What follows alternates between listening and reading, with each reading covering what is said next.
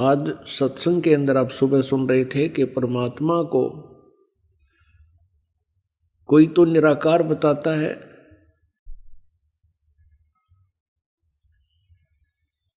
कि वो कभी जन्म नहीं लेता, वो सर्वव्यापक है। और कोई उसको साकार बताते हैं, और साकार रूप में वो क्या बताते हैं कि जो भी दृष्टि गोचर है ब्रह्मांड, चांद सूरज सितारे ग्रह, ये ही साकार रूप है परमात्मा का।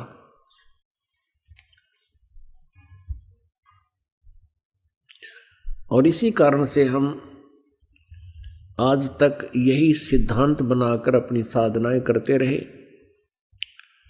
हम साकार मूर्ति रखते थे, भगवान विष्णु जी की पूजा करते थे। फिर भी कोई पूछता था, क्या आपको कुछ दिखाई देता है? क्या आप साधना करते हो? आपने भगवान देखा है? कैसा है परमात्मा? तो हम कहते थे वो तो निराकार है, दिखाई थोड़ा ही देता है। परमात्मा का केवल प्रकाश देखा जा सकता है। जैसा हमने सुना सुनाया ये लोक वेद था। अपने आत्माओं सामने विष्णु जी को हम भगवान भी मानते थे, और फिर हम भगवान को निराकार भी कहते थे।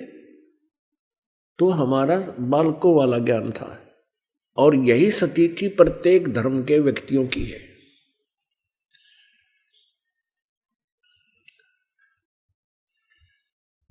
अब आपको बताते हैं परमात्मा कैसा है। परमात्मा परमेश्वर वो साकार है, नर आकार है, मनुष्य दृश्य है, और वो सतलोक में रहता है। सतलोक वो स्थान है जो कभी नाश नहीं होता है। गीता जी अध्याय नंबर 18 के श्लोक नंबर 62 में उसी को शाश्वत स्थान कहा है, यानी सनातन परम था। और वहां जाने के बाद प्राणी का फिर कभी जन्म मृत्यु नहीं होता। अब जितने भी सतलोक की सचखंड की महिमा गाने वाले ये पंथ हैं, इनको कह का भी ज्ञान नहीं सचखंड और ऊपर के लोकों का। केवल सुना सुनाया ज्ञान परमात्मा कबीर जी की वाणी को उन्होंने रट रखा है, उसी का उल्टा सुल्टा अनुवाद करके इन बोली आत्माओं को भ्रमित कर रखा है, जो उनके अनुयायी हैं। सर्वप्रथम आपको पवित्र बाइबल से परिचित कराते हैं। पवित्र बाइबल के पढ़ने वालों से आप पूछिएगा परमात्मा साकार है व निराकार? वो कहेंगे परमात्मा निराकार है, और कहते हैं गॉड इज फॉर्मलेस। उन्होंने फिर पवित्र बाइबल को समझा ही नहीं। पवित्र बाइबल में लिखा है कि परमात्मा मनुष्य दृश्य है, और छठे दिन उस परमेश्वर ने कहा कि हम मनुष्य को अपने स्वरूप के अनुसार उत्पन्न करेंगे, और वैसा ही कर दिया। छठे दिन भगवान ने मनुष्य को अपने स्वरूप में उत्पन्न किया, नर और नारी करके उनकी उत्पत्ति की। अब देखिएगा प्रमाण पवित्र बाइबल में। पवित्र बाइबल संपूर्ण जीवन अध्ययन बाइबल, पवित्र बाइबल संपूर्ण जीवन अध्ययन बाइबल, संपादक हैं डेविड स्टुअर्ट अंग्रेजी, प्रधान संपादक Donald C Stamps MA MDV, संयुक्त संपादक ये सारे कुछ लिखे इनके। ये USA से छपा है। अब ये देखिएगा उत्पत्ति, जिसको इंग्लिश में अंग्रेजी में बोलते हैं ये जेनेसिस। आरंभ यहां होता है। आदि में परमेश्वर ने आकाश और पृथ्वी की सृष्टि की। पृथ्वी बेडौल और सुनसान पड़ी थी और गहरे जल के ऊपर अंधियारा था तथा परमात्मा का आत्मा जल के ऊपर मंडराता था। जब परमेश्वर ने कहा कि उजियाला हो तो उजियाला हो गया, और परमेश्वर ने उजियाले को देखा कि अच्छा है, और परमेश्वर ने उजियाले को अंधियारे से अलग किया। और परमेश्वर ने उजियाले को दिन, अंधियारे को रात कहा। सांझ हुई फिर भोर हुआ, भोर माने सुबह। इस प्रकार ये पहला दिन की रचना की प्रभु ने, परमात्मा ने, परमेश्वर ने। फिर परमेश्वर ने कहा कि जल के बीच एक ऐसा अंतर हो कि जल दो भाग हो जाए, तब ऐसा ही होगा। तथा इस प्रकार सांझ हुई फिर भोर हुआ, ये दूसरा दिन हो गया। फिर तीसरे दिन कुछ और रचना की, सांझ हुई फिर भोर हुआ, फिर ये तीसरा दिन हो गया। ये फिर सांझ हुई फिर भोर हुआ, ये चौथा दिन हो गया। कुछ और रचना की परमात्मा ने, चौथा दिन हो गया। फिर ये प्रश्न नंबर 5 पे,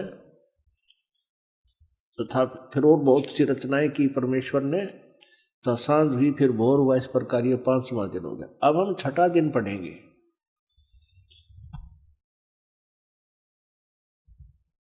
फिर परमेश्वर ने कहा कि हम मनुष्य को अपने स्वरूप के अनुसार अपनी समानता में बनाएं, और वे समुद्र की मछलियों और आकाश के पक्षियों और घरेलू पशुओं और सारी पृथ्वी पर और सब रेंगने वाले जंतुओं पर जो पृथ्वी पर रेंगते हैं अधिकार रखें, यानी उनसे बुद्धिमान हो। तब परमेश्वर ने मनुष्य को अपने स्वरूप के अनुसार उत्पन्न किया। अपने ही स्वरूप के अनुसार परमेश्वर ने उसको उत्पन्न किया, नर और नारी करके उसने मनुष्यों की सृष्टि की। पुण्यात्माओं फिर पढ़ लो। तब परमेश्वर ने मनुष्य को अपने स्वरूप के अनुसार उत्पन्न किया। अपने ही स्वरूप के अनुसार परमेश्वर ने उसको उत्पन्न किया, नर और नारी करके मनुष्यों की सृष्टि की।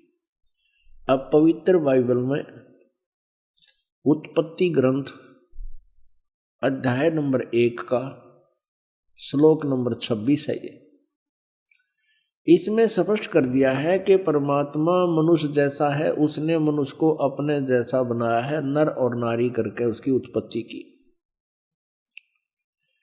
आगे परमेश्वर ने एक और कमाल किया है कि मनुष्यों के लिए मांस खाने का आदेश उस परम पिता का नहीं है जिसने सब ब्रह्मांडों की रचना की, जो कुल का मालिक है। आगे देखिएगा, इसी उत्पत्ति ग्रंथ में ये 26 नंबर हमने पढ़ लिया। 27 नंबर में कि मनुष्य 27, 26 और 27 में यही व्यवस्था बताई है। ये 27 श्लोक में लिखा है कि तब परमेश्वर ने मनुष्य को अपने स्वरूप के अनुसार उत्पन्न किया। अपने स्वरूप के अनुसार परमेश्वर ने उसको उत्पन्न किया और नर और नारी करके मनुष्यों की सृष्टि की।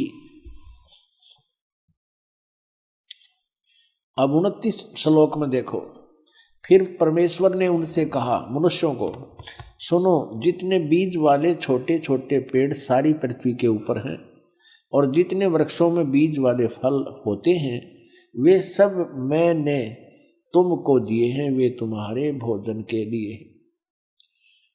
अब पूर्ण परमात्मा का कोई आदेश नहीं है मांस आहार करने का किसी भी मनुष्य को। और ये कितना बुरी तरह खाते हैं ये ईसाई लोग। तब सांझ हुई फिर भोर हुआ, इस प्रकार 6वां दिन हो गया। ये और बहुत सी रचनाएं की इसके बाद। अब 7वां दिन देखो,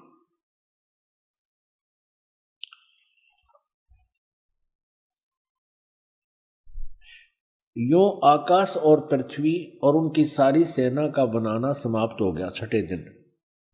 और परमेश्वर ने अपना काम जिसे वह करता था 7वें दिन समाप्त किया, और उसने अपने किए हुए सारे काम से 7वें दिन विश्राम किया।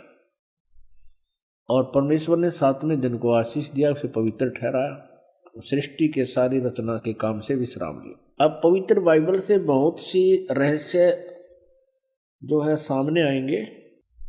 एक और प्रमाण दिखाते हैं इसी पवित्र बाइबल में, ये देखिएगा। ये प्रश्न नंबर 11 पर भी यही समर्थन है। ये उत्पत्ति ग्रंथ है,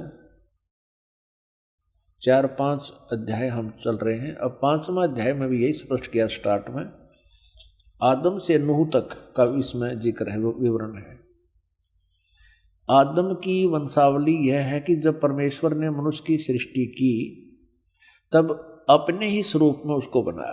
अब डबल दूसरी बार फिर यहाँ पर प्रमाणित कर दिया कि परमेश्वर ने मनुष्य की सृष्टि की तब अपने ही स्वरूप के में उसको बनाया। उसने नर और नारी करके मनुष्य की सृष्टि की और उन्हें आशीष दी और उनकी सृष्टि के दिन उसका नाम आदम रखा। अब स्पष्ट हो गया, 2 बार फिर कह दिया। अब आगे दिखाते हैं, ये भी दिखाते हैं कि ये 3 हैं जो इनको कंट्रोल करते हैं। किसको? ईसाई धर्म को। ये देखिएगा, वो 3 हैं, 3 का भी प्रमाण आपको देते हैं। ये देखिएगा, ये है 24 पृष्ठ और वही उत्पत्ति यानी जेनेसिस 17-18। 3 अतिथि। अब्राहम ममरे के बांज वृक्षों के बीच कड़ी धूप के समय तंबू के द्वार पर बैठा हुआ था अब्राहम। तब यूहन्ना ने उसे दर्शन दिया। उसने आंखें उठाकर दृष्टि की तो क्या देखा कि 3 पुरुष उसके सामने खड़े। ये तीनों ब्रह्मा विष्णु महेश। जब उसने उन्हें देखा तब उनसे भेंट करने के लिए तंबू के द्वार से दौड़ा और भूमि पर गिरकर दंडवत की और कहने लगा, हे प्रभु, यदि मुझ पर तेरी अनुग्रह दृष्टि है तो मैं विनती करता हूँ, अपने दास के पास से चले न जाना। मैं थोड़ा सा जल लाता हूँ और आप अपने पांव धोकर इस वृक्ष के नीचे विश्राम करें। फिर मैं एक टुकड़ा रोटी ले आऊं और उसे आप अपने अपने जीव को तृप्त करें, तब उसके पश्चात आगे बढ़ें, क्योंकि आप अपने दास के पास इसलिए पधारे हैं। उन्होंने कहा, जैसा तू कहता है वैसा कर। अब देखो पुण्यात्मा, इस पवित्र बाइबल ने यह सिद्ध कर दिया कि परमात्मा मनुष्य सदृश है, वो साकार है, मनुष्य जैसा है, क्योंकि उसने मनुष्यों की सृष्टि अपने स्वरूप के अनुसार की। दूसरा कंसेप्ट ये क्लियर कर दिया कि 7वें दिन तख्त पर जा बैठा, उसने विश्राम किया। उसके बाद इस काल के हाथ में बागडोर आ गई, ब्रह्म के हाथ में, और इसने अपने तीनों पुत्रों को ये बागडोर संभाल रखी है, श्री ब्रह्मा, श्री विष्णु, श्री शिव जी को। आपने ये भी देख लिया कि भगवान किसी दृष्टिकोण से भी निराकार नहीं है, वो साकार है। पूर्ण परमात्मा भी साकार है जिसने सारे ब्रह्मांडों की रचना की, और आगे ये देवता भी साकार है।